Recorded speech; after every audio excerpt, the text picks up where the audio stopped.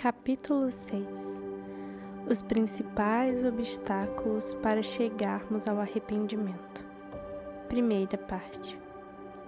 Falta de arrependimento devido à nossa autojustificação, orgulho e falta de vontade. O principal obstáculo ao arrependimento é a nossa autojustificação. Sabemos que é um verdadeiro milagre quando uma pessoa piedosa vive numa atitude de arrependimento, porque é precisamente para os piedosos que o perigo da autojustificação é tão grande. Assim, é essencial que a nossa justiça própria seja destronada e despedaçada, para que Jesus possa vir a nós como Salvador dos pecadores, seja para uma pessoa, para a igreja ou para a comunidade. A autojustificação, isso é, afirmar nossa inocência e, em última análise, culpar a Deus, é uma herança que recebemos de Adão e Eva. Até mesmo os piores criminosos têm o desejo de exonerar-se, negando sua culpabilidade. Eles declaram que são inocentes em face dos crimes mais hediondos. Os capelães de prisões escrevem que não há outro lugar como a prisão para encontrar tantas pessoas que se justificam e afirmam ser inocentes. Eles acham que foram presos injustamente. Nós, seres humanos, temos uma desculpa para tudo. E por isso não vemos razão para nos arrependermos e mudar nossos caminhos.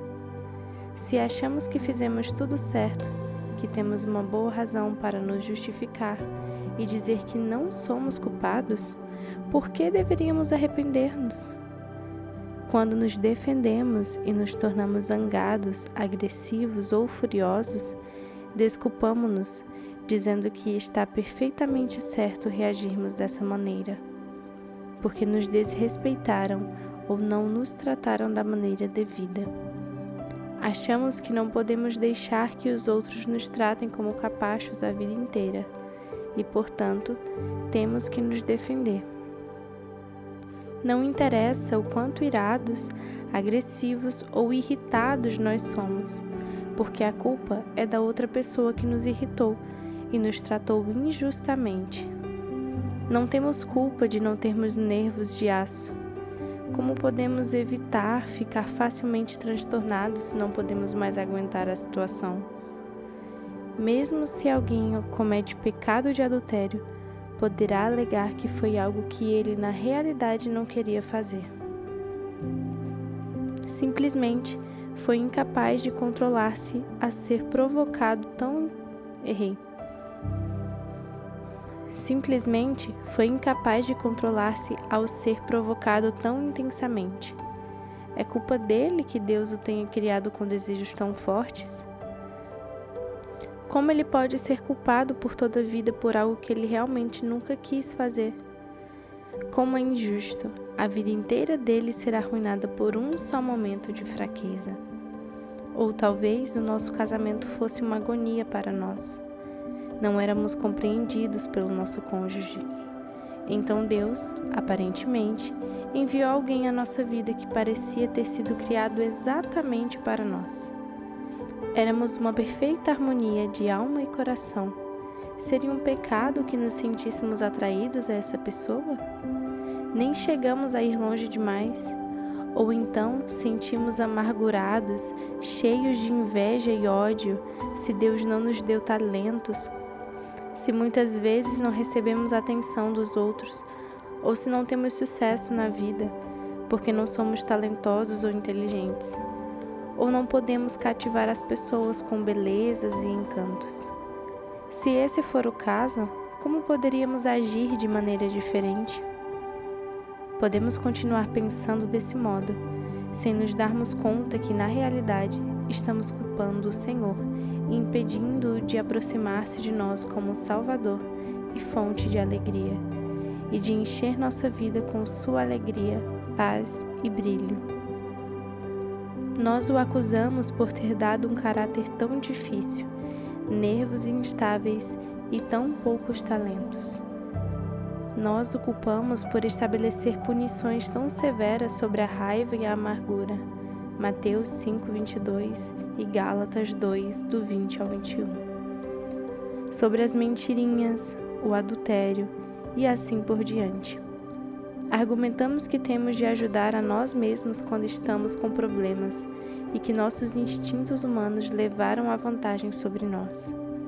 Assim, no fim das contas, Jesus é sempre o culpado. Atualmente não é diferente do que era há muito tempo. Jesus é acusado por todos nós, e nós somos inocentes, mesmo que os nossos pecados e atos maus possam ter arruinado a vida dos outros. Ao justificar-nos, tentando explicar como tudo aconteceu, e ao dizer que não tivemos outra escolha do que falar ou agir daquela maneira, tornamo-nos cegos. Não mais conseguimos ver que pecado é pecado, que culpa é culpa e que somos responsáveis por nossas falhas. De que maneira nosso coração se auto-justifica? Podemos perceber quando ouvimos comentários que são feitos, mesmo em círculos de cristãos dedicados. Visto que não queremos estar errados, culpamos a Deus e dizemos que Ele é responsável pelas guerras e todas as demais misérias no mundo. As pessoas dizem: como pode Deus deixar que isso aconteça?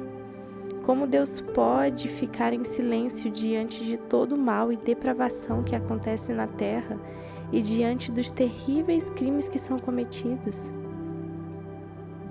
Aqui, mais uma vez, a autojustificação faz-nos cegos e surdos. Nós não percebemos mais que Deus fala através de julgamentos, por meio das guerras e todos os outros problemas do mundo.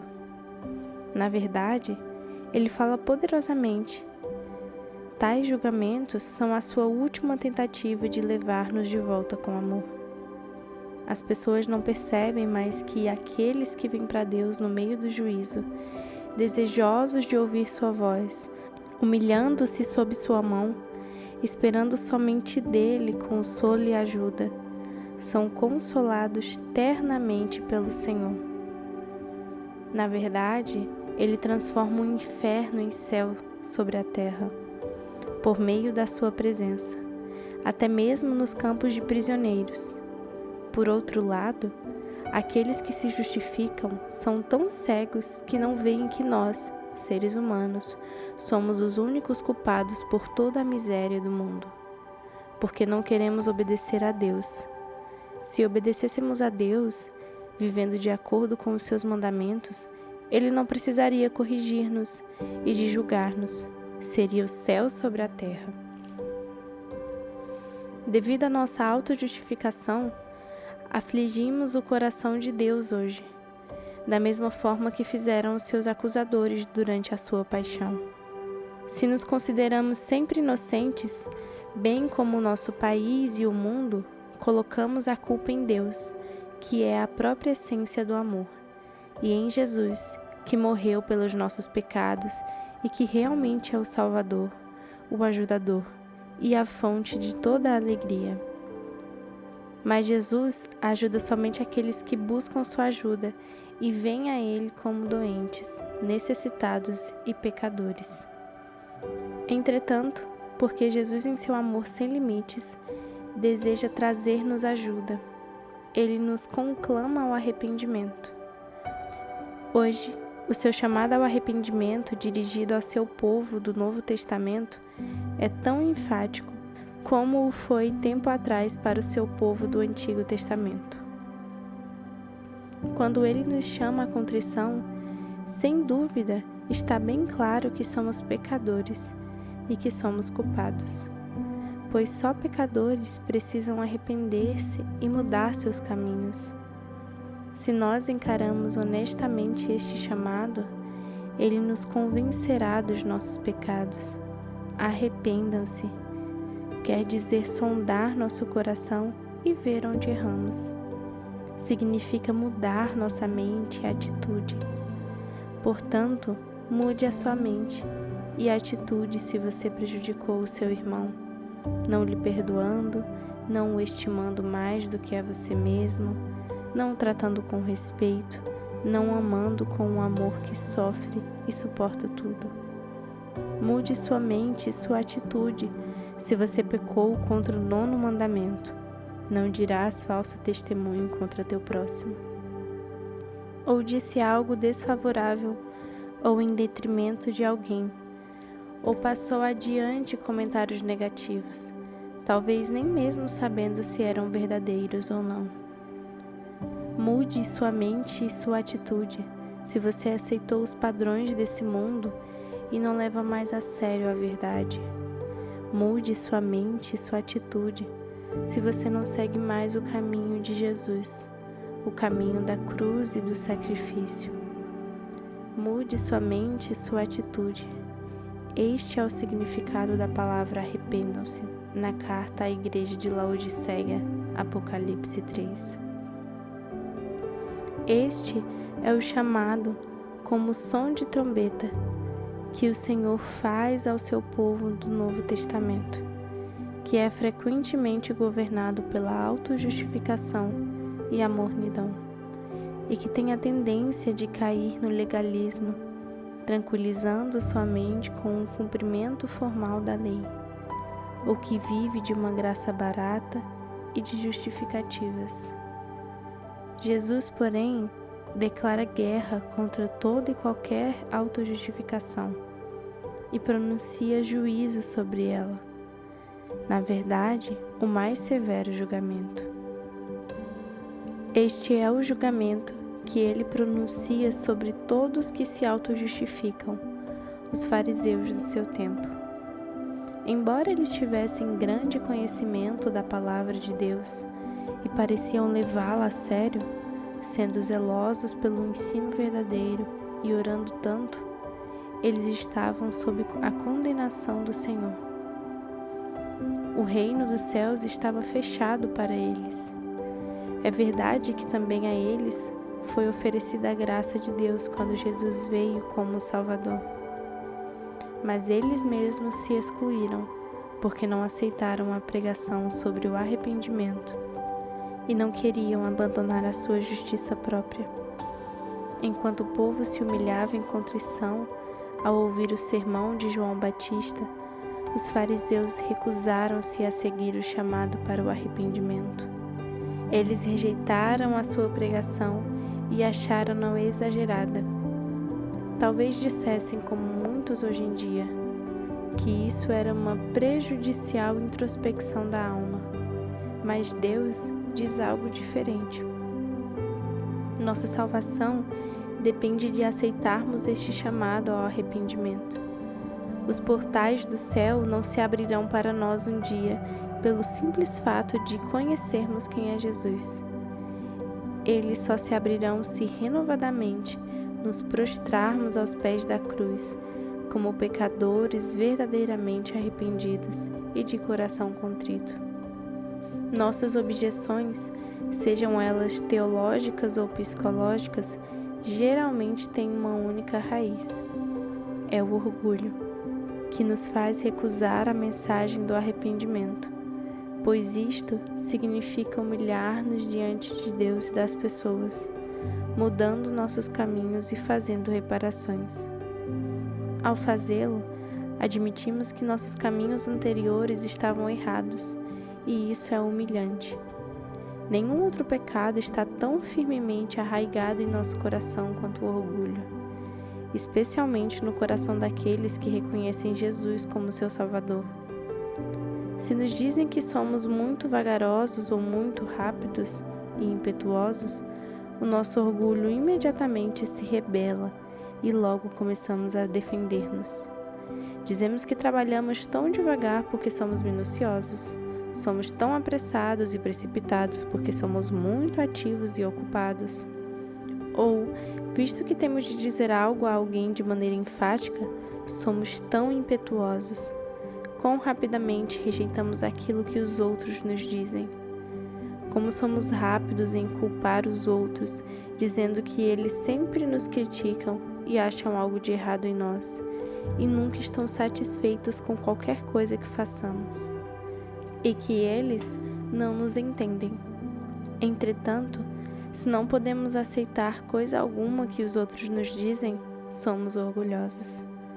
Os humildes querem ouvir o que os outros têm para lhes dizer. Têm a coragem de escutar a verdade sobre si mesmos e admitir que precisam mudar.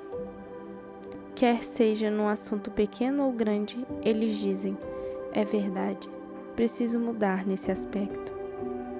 Jesus chama essa atitude de nos desculparmos, ver a viga no olho do nosso irmão e o cisco em nosso próprio olho. Pois quando nos desculpamos, minimizamos nossa culpa e acusamos os outros de nos culparem injustamente. A pessoa cheia de orgulho constantemente desculpa a si mesma.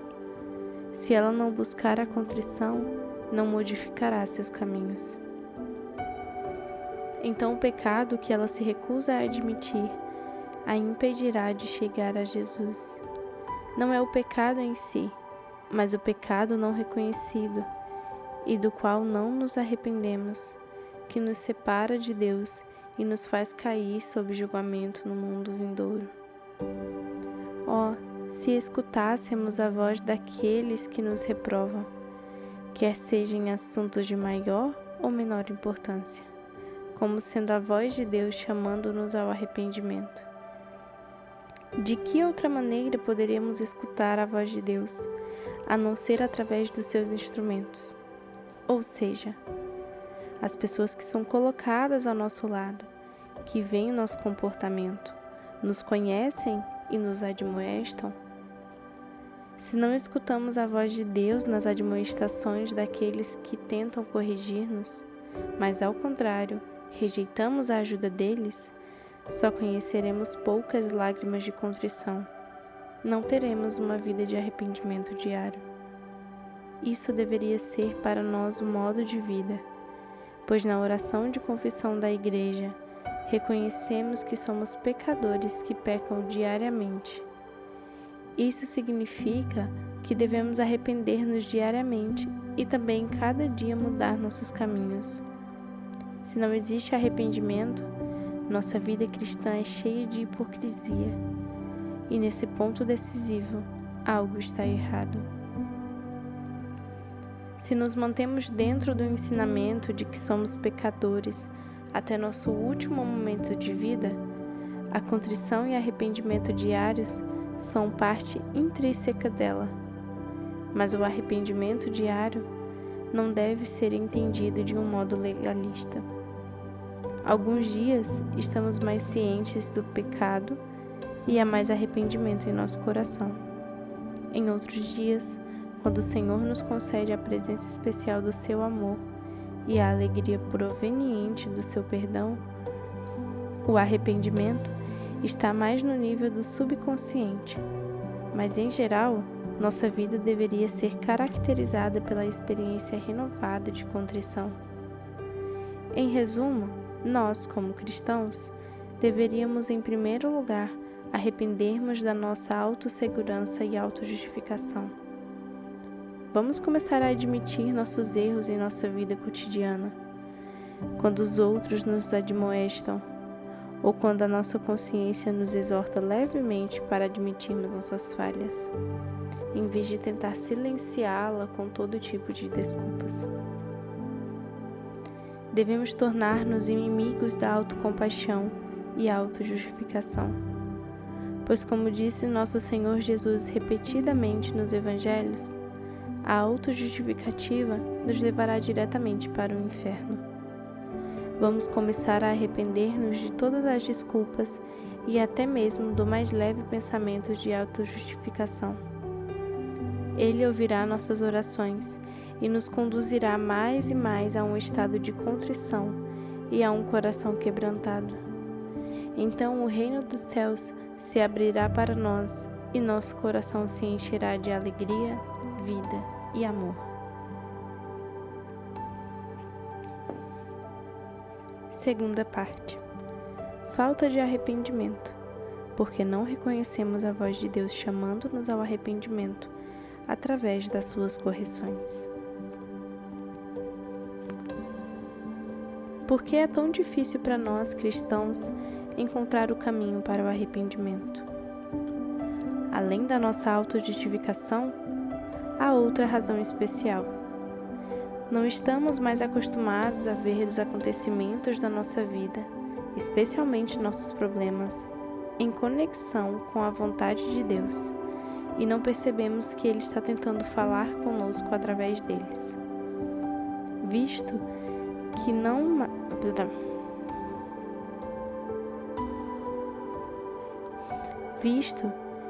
mais o consideramos como Deus vivo, achamos difícil acreditar que os cabelos da nossa cabeça estão todos contados e que nada, nem mesmo o menor incidente em nossa vida, pode acontecer sem a sua vontade. É algo estranho para a nossa maneira de pensar. Contudo, é verdade, como dizem as Escrituras, que quando Deus nos corrige, quando Ele intervém em nossa vida através de problemas e aflições, Ele o faz para que sejamos participantes da sua santidade. Hebreus 12:10. Ou seja, quando Ele nos corrige, permitindo a aflição, isso é um processo purificador. Há algo que não lhe agrada em nossa vida, e a aflição é a mão disciplinadora de Deus. É o seu plano amoroso para a nossa vida, porque Ele está tentando pôr-nos de volta no caminho certo. Ele nos fala, mostrando-nos o que deve ser mudado em nós.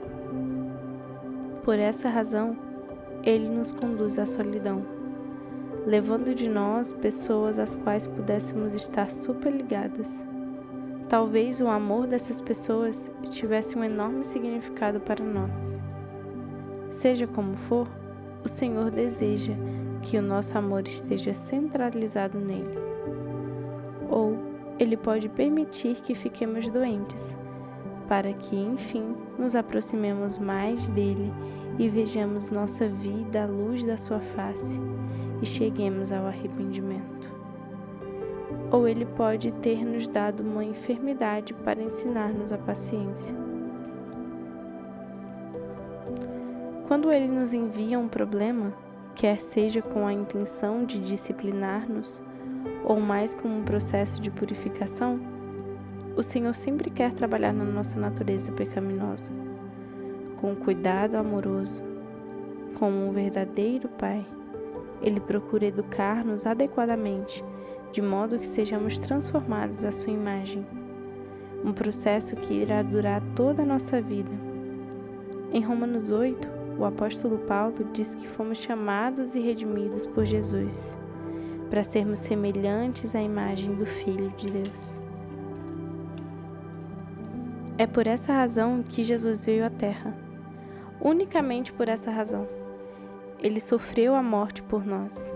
Ele quer que participemos da natureza divina e possamos novamente refletir a nobreza da imagem de Deus. Por essa razão, quando Ele nos corrige, pode pedir-nos para que reconheçamos verdadeiramente que ainda não temos em nós a imagem de Deus. Se lhe pedirmos, Ele nos mostrará onde estamos falhando. Ele está esperando pela nossa contrição, por refletirmos tão pobremente a sua imagem como os filhos de Deus, causando a Ele e aos nossos semelhantes tanta dor. Se levássemos a sério quanto o Senhor anseia pelo arrependimento em nossa vida, então Ele pode agir rapidamente em nós, transformando-nos pouco a pouco na imagem de Jesus. Quando temos arrependimento, o seu processo purificador em nossa alma será eficaz, e suas correções servirão para nossa santificação, conforme diz a Escritura. Hebreus 12:10. Entretanto, se resistirmos a Ele e não chegarmos à contrição quando Ele nos conduz por caminhos aflitivos, mas ao contrário, o acusarmos de nos levar por caminhos tão difíceis, então nos privaremos da bênção de sermos transformados à sua imagem por meio da aflição, e assim perderemos uma imensa graça. Deus não nos disciplina por prazer, Veja Lamentações 3:33. Mas apenas para alcançar seu propósito em nós. Quantas dificuldades lhe causamos quando resistimos a ele, não querendo humilhar-nos em tais situações, e dizemos: o que foi que eu fiz para merecer isto? Geralmente é assim. Quando o Senhor permite o sofrimento em nossa vida, sentimos-nos como mártires e que devemos receber compaixão, porque temos de sofrer tantos problemas e dificuldades. É especialmente difícil quando temos de sofrer por causa de outros. Tornamo-nos então deprimidos e abatidos, achando que somos inocentes e estamos sofrendo injustamente. Não queremos humilhar-nos sob esse sofrimento. Quando outras pessoas nos causam problema e tornam nossa vida difícil, nosso coração fica muitas vezes cheio de amargura e sentimos pena de nós mesmos. Caímos cada vez mais fundo na autocompaixão e num estado imaginário de martírio, tornando-nos cada vez mais melancólicos, descontentes e infelizes. Assim, ficamos presos em nossos problemas. Acontece o mesmo quando Deus nos leva a tribulações ainda maiores, ao longo de duros caminhos de provações e correções. Não compreendemos o verdadeiro propósito de Deus por trás de tudo isso. Mesmo quando não o acusamos, o melhor que nós cristãos conseguimos fazer é dizer: é a vontade de Deus. E finalmente aceitamos o que está acontecendo. Até mesmo o muçulmano diz: Alá assim o quer. Embora eles não saibam que Deus é o Pai que disciplina os seus filhos. Ele só nos corrige e nos disciplina porque aguarda que peçamos perdão pelo que fizemos de errado, da mesma forma que um pai terreno disciplinaria o seu filho, para fazê-lo ver o quanto ele havia entristecido seu pai ou seus irmãos e irmãs. O pai quer que seu filho mude sua maneira de agir. Um dos grandes problemas para nós cristãos é que não estamos mais acostumados a ver a mão de Deus agindo em nossa vida pessoal, através das correções, porque raramente pensamos em Deus como nosso Pai. Perdemos a capacidade de ouvir a voz de Deus nas correções e não nos damos conta de que Ele espera pelo nosso arrependimento. Por essa razão, frequentemente, falhamos em chegar ao arrependimento em nossa vida no dia a dia. Embora Deus procure levar-nos a esse ponto por meio das correções.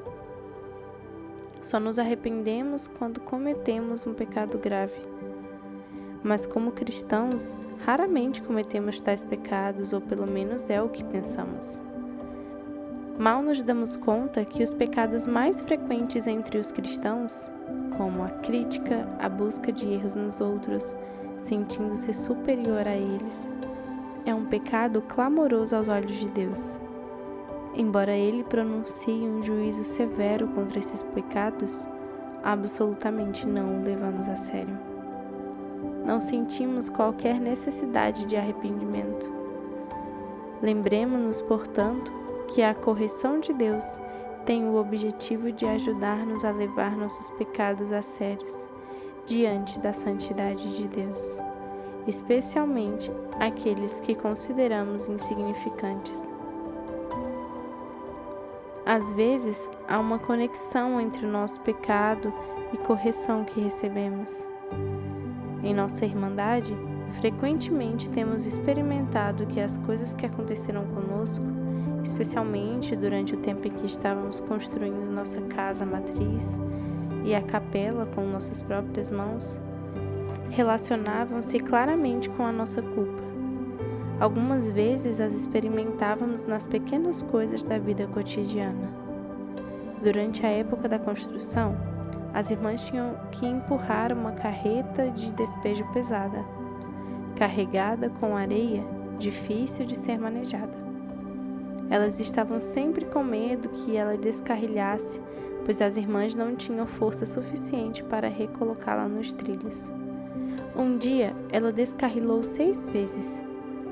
Poderia isso ser um acidente, quando consideramos que nem mesmo o pardal cai no chão sem a permissão de Deus? Não deveria tudo o que acontece ter algo a nos dizer? Não deveria cada problema, e aquele era realmente um problema para o nosso trabalho diário, ser um sinal que Deus estava falando conosco? Deus vive. Ele é um Pai que se importa com tudo e deseja falar conosco por meio de tudo que acontece. A irmã encarregada chamou as outras irmãs para a tenda de oração. Juntas, elas se apresentaram diante da face do Senhor e pediram que Deus lhes mostrasse se elas o haviam entristecido e qual era a causa daquele problema. Pediram ao Senhor que lhes mostrassem porque o seu trabalho tinha sido em vão. As irmãs, então, começaram a confessar que naquela mesma manhã haviam criticado umas às outras em seu coração. Isto impediu que a bênção de Deus estivesse sobre o seu trabalho. Assim, as irmãs se arrependeram e se reconciliaram umas com as outras. Elas perdoaram-se mutuamente de todo o coração e voltaram ao trabalho. A carreta de despejo não mais saiu dos trilhos.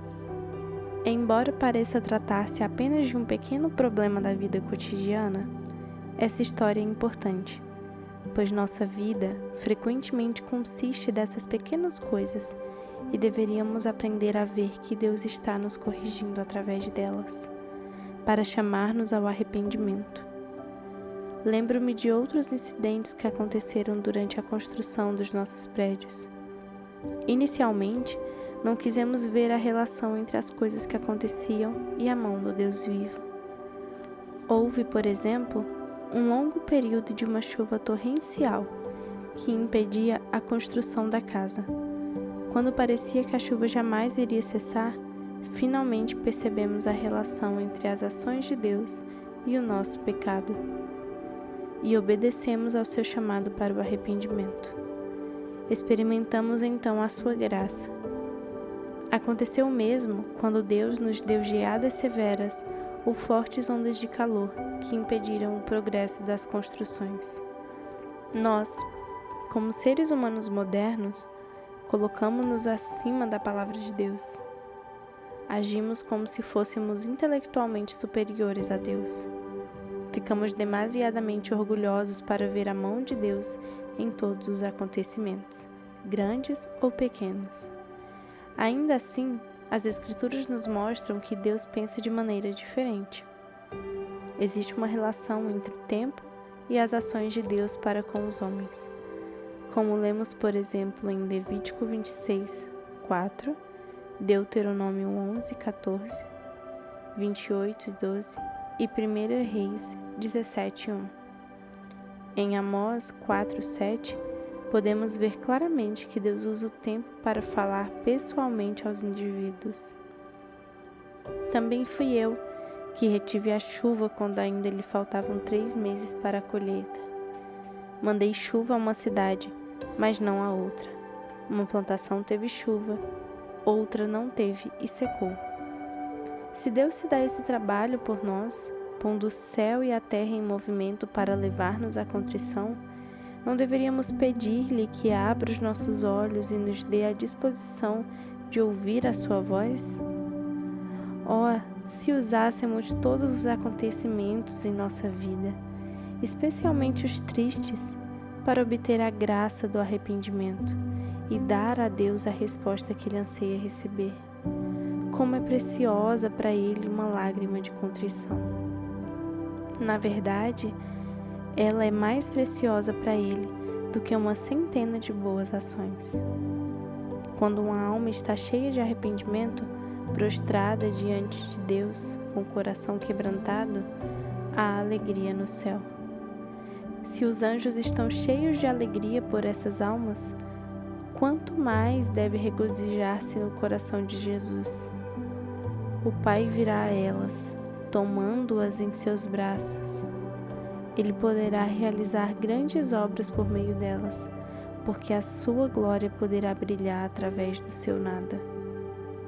Ele se revela por meio de almas humildes e contritas, e não por meio dos orgulhosos que constantemente veem erros nos outros e se sentem superiores a eles, sem reconhecerem seus próprios pecados. Nosso arrependimento não só traz alegria ao coração de Deus, quando o propósito da sua correção foi atingido, mas trará também alegria a nós. Aí a aflição não mais nos esmagará. Ao invés disso, nos trará grande alegria, pois receberemos ajuda em meio à provação. Podemos até ser poupados de algumas correções, se imediatamente atentarmos à sua voz, e então poderemos ser conduzidos por caminhos de provações, que não são necessários apenas por causa dos nossos pecados, mas para sofrermos sacerdotalmente em lugar e a favor de outros, para que também eles alcancem a salvação. 2 Timóteo 2,10, como escreve o apóstolo Paulo. Contudo, mesmo quando sofremos sacerdotalmente, as Escrituras falam repetidas vezes desse sofrimento. Só podemos fazê-lo se o arrependimento for a força motivadora. Só podemos sofrer por outros e pelos seus pecados se reconhecemos nossos próprios pecados e nossa culpa. Somente Jesus sofreu inocentemente. Somente Ele é o sacrifício pelos nossos pecados. Só podemos sofrer com Ele como membros do seu corpo e orar para que quando caímos ao solo como grão de trigo sob sofrimento, Ele possa trazer frutos. Jesus morreu por nós pecadores, para que também pudéssemos entregar nossa vida pelos nossos irmãos. 1 João 3,16. Terceira parte. Falta de arrependimento, porque não encaramos a palavra de Deus como um compromisso para a nossa vida. Autossegurança, orgulho e falta de vontade para submeter-nos às correções de Deus são obstáculos para o arrependimento. Porém, há um outro aspecto em nossa vida que é decisivo, porque ele determina se o caminho para o arrependimento estará aberto ou bloqueado. É a questão: qual é o padrão que usamos para medir nossa vida? Se nos contentarmos com a norma de ir à igreja, dizer nossas orações, guardar o dia do Senhor, não roubar e não matar, então será difícil para nós chegarmos ao arrependimento. Se este é o nosso padrão, o Senhor Jesus nos diz: pois eu lhes digo, que se a justiça de vocês não for muito superior à dos fariseus e mestres das leis, eles guardavam os 10 mandamentos e pareciam levar vidas boas e piedosas, de modo nenhum entrarão no reino dos céus. Mateus 5:20. Em outros termos, o Senhor Jesus tem um padrão diferente. Ele diz que qualquer pessoa que está com raiva do seu irmão cairá sob julgamento. Ele quer que nos reconciliemos com o nosso irmão antes de deixarmos nossa dádiva no altar. Isso não se aplica somente quando ofendemos nosso irmão, mas mesmo se ouvirmos que ele tem algo contra nós, ou se algo entre nós e nosso irmão. Jesus nos dá um padrão elevado, o padrão de amar nossos inimigos. Quem pode cumpri-lo? Provavelmente a maioria de nós está em contato com pessoas em casa, no trabalho ou na vizinhança que tornam nossa vida difícil, tratando-nos injustamente ou talvez até nos atormentem. Como reagimos? Tratamos o inimigo com amor misericordioso? Ou pensamos e dizemos palavras amargas e cheias de críticas sobre aqueles que nos fazem mal? Procuramos defender nossos direitos? Queremos sempre ter razão? Jesus diz que isso é pecado e que seremos julgados. Suas palavras são verdadeiras, pois quando ele diz: enquanto existirem céus e terra, de forma alguma desaparecerá da lei a menor letra ou o menor traço, até que tudo se cumpra. Mateus 5,18. Essas palavras se aplicam da mesma forma às normas que Jesus nos deu no Sermão do Monte, que é a lei do amor, a lei do reino de Deus. Se usamos a palavra de Deus como padrão para medir nossas ações, em vez de nosso próprio critério, sempre veremos nossos erros e facilmente chegaremos ao arrependimento. Se reconheço que sou um pecador e tornei-me culpado perante meu irmão ou perante meu inimigo, não lhe mostrando amor ou ganhando-o através de um amor misericordioso e humilde que perdoa, será fácil para mim chegar ao arrependimento. A contrição, por sua vez, dá origem a uma vida nova. Nosso amor por Jesus aumenta e passamos a amá-lo com um amor transbordante. Começaremos também a amar nossos semelhantes, mesmo aqueles que nos são hostis, pois não podemos amar Jesus sem amarmos nossos irmãos. Seremos inflamados com um amor terno e caloroso para com todos, quando nos arrependermos de nosso coração frio e indiferente, e por não suportarmos os fracos e difíceis com amor. Se nos medirmos conforme o critério da palavra de Deus, nossos olhos serão abertos. Nosso arrependimento deveria começar pelo fato de que não temos mais levado a sério a palavra de Deus e por isso não temos chegado ao arrependimento. Ousamos estabelecer nossos próprios padrões e ficamos satisfeitos com o fato de os haver cumprido. Somos como os fariseus. Externamente participamos de atividades cristãs, talvez até mesmo com entusiasmo. Oramos, vamos à igreja e aos estudos bíblicos. Damos nossas ofertas ou mesmo nosso dízimo. Rompemos com o mundo, refreando-nos de fazer certas coisas. Achamos que isso basta. Usamos nossa própria medida, mas Deus medirá nossa vida de acordo com o seu padrão e não teremos qualquer desculpa quando aparecermos diante do seu trono de julgamento, pois Ele mostrou claramente seus padrões em sua palavra.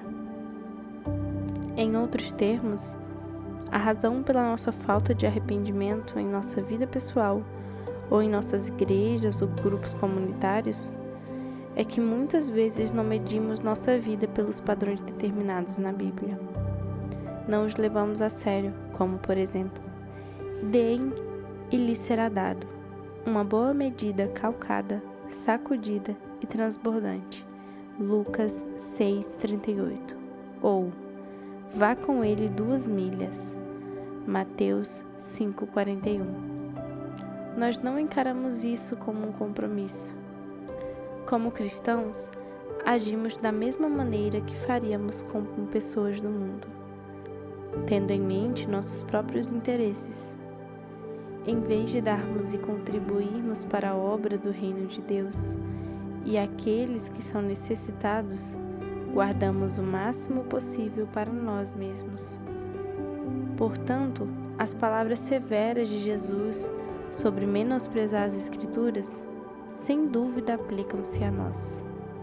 Fazemos o que queremos com a sua palavra, modificamos o seu significado até que seja conveniente para nós e conformidade com nossa vida manchada.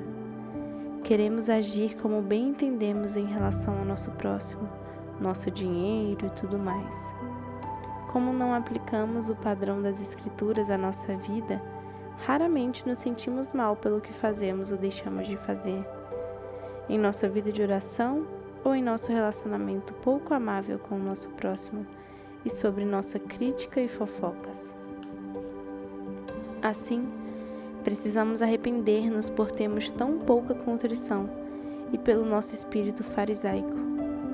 João Batista disse aos fariseus: quem lhes deu a ideia de fugir da ira que se aproxima? Mateus 3,7. Na verdade, achamos que se cremos em Jesus, podemos escapar do julgamento divino. Da mesma forma como os fariseus disseram: Abraão é o nosso pai, Nós dizemos: vamos à igreja, sentimos-nos em casa ali. Vivemos pela graça e, portanto, escaparemos da ira vindoura. Devemos arrepender-nos de tais pensamentos e palavras, porque eles trarão sobre nós o julgamento do Senhor. Foi essa atitude que fez João Batista chamar os fariseus de raça de víboras e dizer-lhes: deem fruto que mostre arrependimento. Mateus 3:8. Frutos de arrependimento, mudança de mente e atitude. É isso que Deus está aguardando. De outra maneira, o machado será posto à raiz, porque toda árvore que não der bom fruto será cortada e lançada ao fogo. Qual é a vida que mostra uma abundância de frutos do Espírito, como amor, alegria, paz, paciência, como lemos em Gálatas 5:22? Será que a luz da alegria está brilhando em nossa face? Trazemos alegria aos outros? Será que nossa vida testifica da paz? Ou está cheia de brigas e discórdia? Gálatas 5:20 nos mostra que inimizades, contendas e dissensões pertencem aos frutos da carne e estão sujeitos ao julgamento de Deus. Quem apresenta o fruto da paciência? Também durante a enfermidade ou na convivência com pessoas difíceis? Quem possui o fruto da bondade, enxergando sempre o bem nas outras pessoas e amando-as com um amor que cobre multidão de pecados, em vez de buscar os erros nos outros, falando sobre eles? Quem pode testificar do fruto da mansidão, de um espírito dócil e humilde, em vez de ser agressivo, zangado e lutar pelos seus direitos? Quem pode afirmar de si mesmo que ele é sempre amável? O apóstolo Paulo escreve em sua carta aos Gálatas, Gálatas 5:23, que não há lei que possa levantar acusação contra os frutos do Espírito, mas o Senhor levanta uma acusação contra nós quando não encontra esses frutos. Aqueles que praticam essas coisas não herdarão o reino de Deus. Isto é dito às pessoas do Novo Testamento que creem em Jesus Cristo. De que serve a fé se não produz fruto? Por essa razão é tão importante termos o padrão certo, o qual encontramos na Palavra de Deus. O primeiro passo é atender ao chamado: arrependam-se, quando não estamos vivendo em contrição, pois o arrependimento é fundamental para a nossa vida. Sendo que Deus nos deixou uma porta aberta para nos arrependermos dos nossos pecados, ali onde pecamos, não estamos entregues à perdição que o pecado traz consigo. Ao contrário, o arrependimento nos traz lucro. Ele nos traz a humildade, a gratidão, o amor a Jesus, o ódio contra o pecado e a confiança no seu sangue redentor, que perdoa os nossos pecados e nos purifica de toda maldade.